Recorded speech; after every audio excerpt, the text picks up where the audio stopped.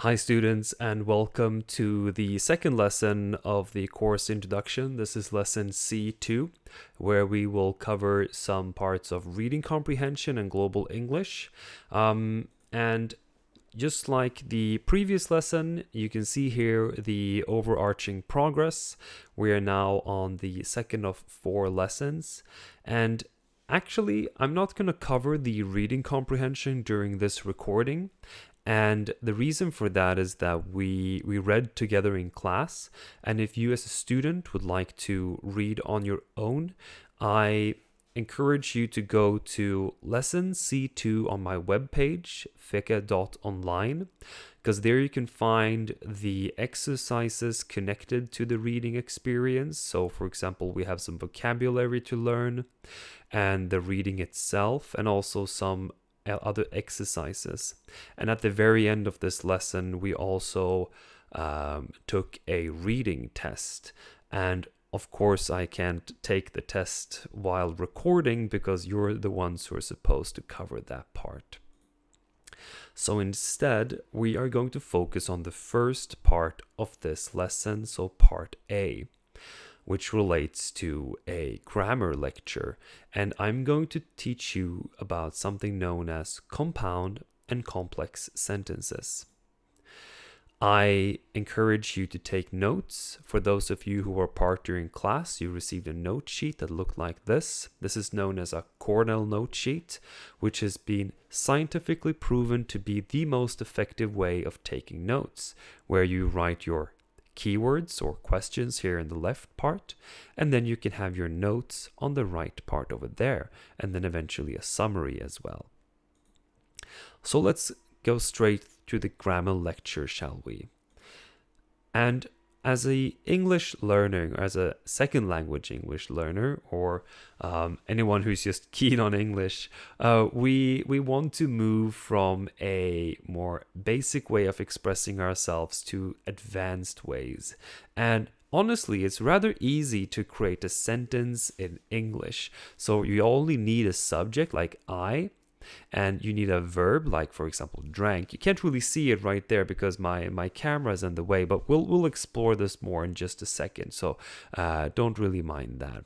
So in this case, the most simple sentence just needs these two words. So for example, like someone can ask me like, so what did you do just a second ago? Well, I drank. And then maybe you want to add more things. Maybe you would like to say, for example, what you drank and what you thought about it and so on. So the more detailed we become, we add other parts to the sentence itself. For example, a noun. In my case, perhaps I enjoyed coffee, and maybe I was quite fond when I drank. I was fond of the coffee when I drank it. And as we go, this develops the way we communicate. And these parts, when you split up a sentence in different parts, they're known as clauses, or in Swedish, satser. And when you put them together, they become a sentence. That's the most simple way to describe this. So if we put all of these parts together, we can have this sentence, I fondly drank coffee. But a clause, sats, can either be independent or dependent. And this is actually the important part here. This is the part where we need to focus on today. So a independent clause can be a sentence, which is standalone. So what this means with a independent sentence is that it actually works perfectly by itself. In this case, someone asked me, oh, what did you do just a few minutes ago? And I'll say, yeah, I fondly drank coffee. And that works. That's a perfectly fine sentence. However, a dependent sentence or dependent clause is not standalone. So usually, the dependent clauses, they require an independent clause to work. So for example, this here we have, when the teacher fondly drank his coffee, it's independent because it builds up to something else. It builds up to a addition that we're lacking at the moment. And because of this, it sounds really weird. You can't just answer someone, when the teacher fondly drank his coffee. They're going to ask you, yeah, what? What did he do? What happened? And so on. And this is the reason why it's independent, or it's dependent, and the other one is independent. Let's look at these a little bit more detailed, shall we? Because these eventually create what's known as a compound and a complex sentence. So you, as a student at English 7, you will want to switch between using dependent and independent clauses, because it is going to help you to develop the way you express yourself. And mixing these are known as compound and complex sentences. So for example, we are going to create a compound sentence.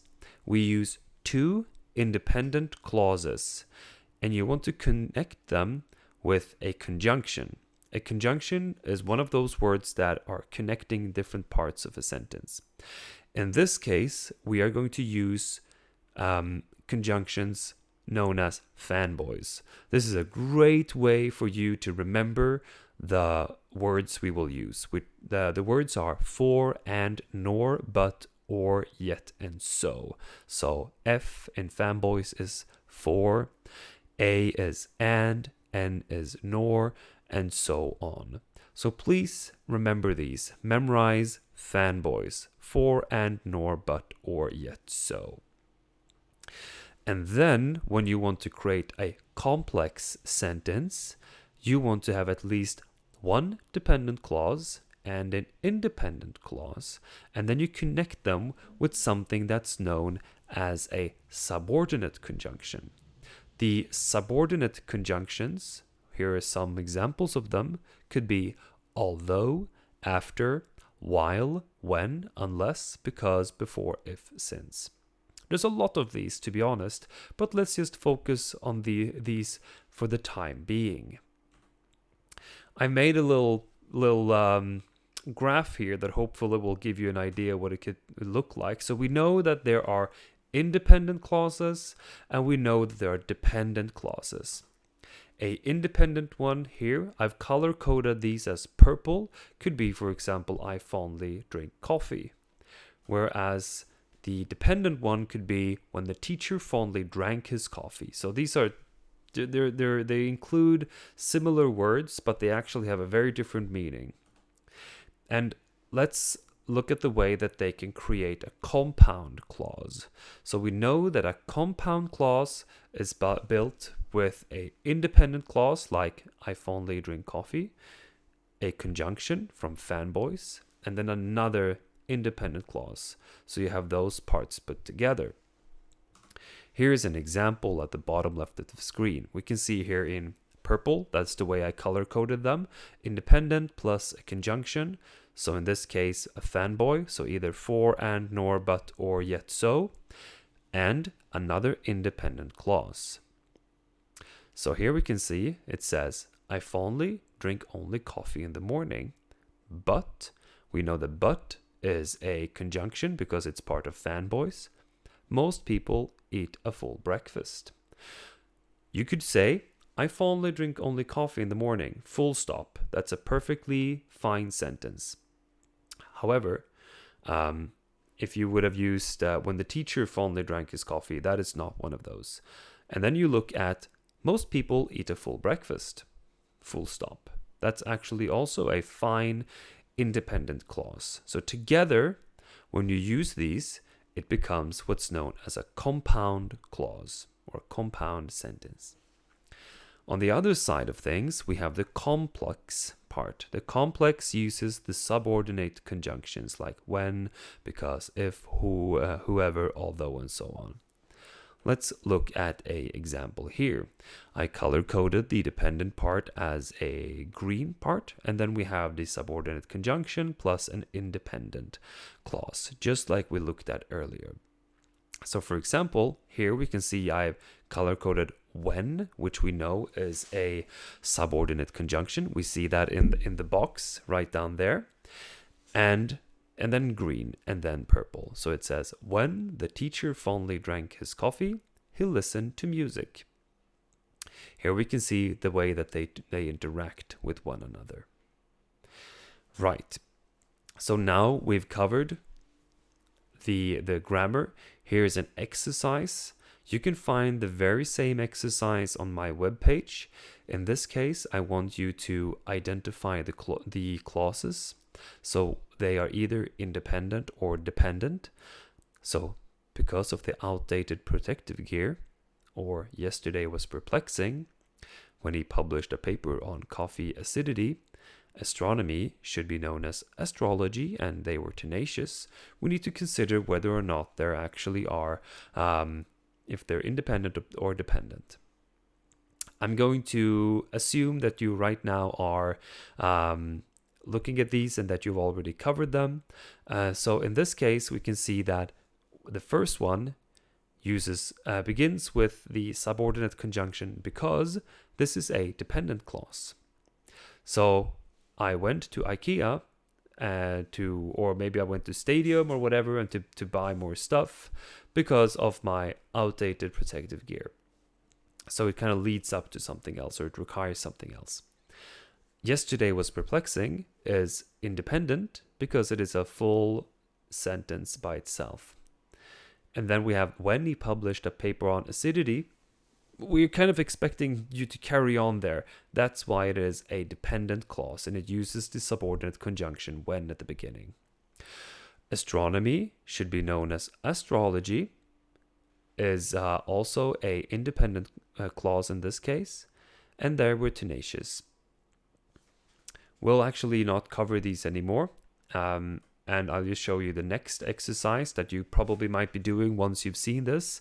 This one is identifying whether or not they're compound or a complex kind of sentence and clause. So in this case, you also have the instructions at the bottom where you see the way you create a compound clause and a compound sentence using an independent, a fanboy, and independent. And the complex part is where you use an independent and a dependent clause. But we're not going to cover these right now because I feel that you might need some time to do that, and that is perfectly fine.